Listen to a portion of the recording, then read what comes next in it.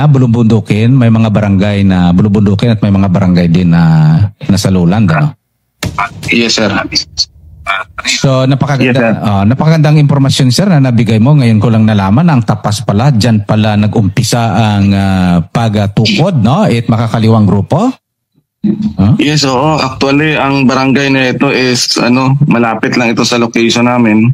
Isang isang barangay lang yung gap namin at saka kung saan na yung location ko ngayon. I see. So, medyo malapit lang. But sa ngayon, ang barangay na kung saan sinasabing isinilang ang New People's Army is may na rin ngayon doon, no? May detachment na rin ng ating Philippine Army na naka-base doon sa nasabing barangay. Ibig sabihin, sir, medyo nakapasok na ang ating gobyerno, no? Yes, oo. Sa naturang area. Okay, sir. Itong Tapas Cape, sir, bayan ito, sir, ano?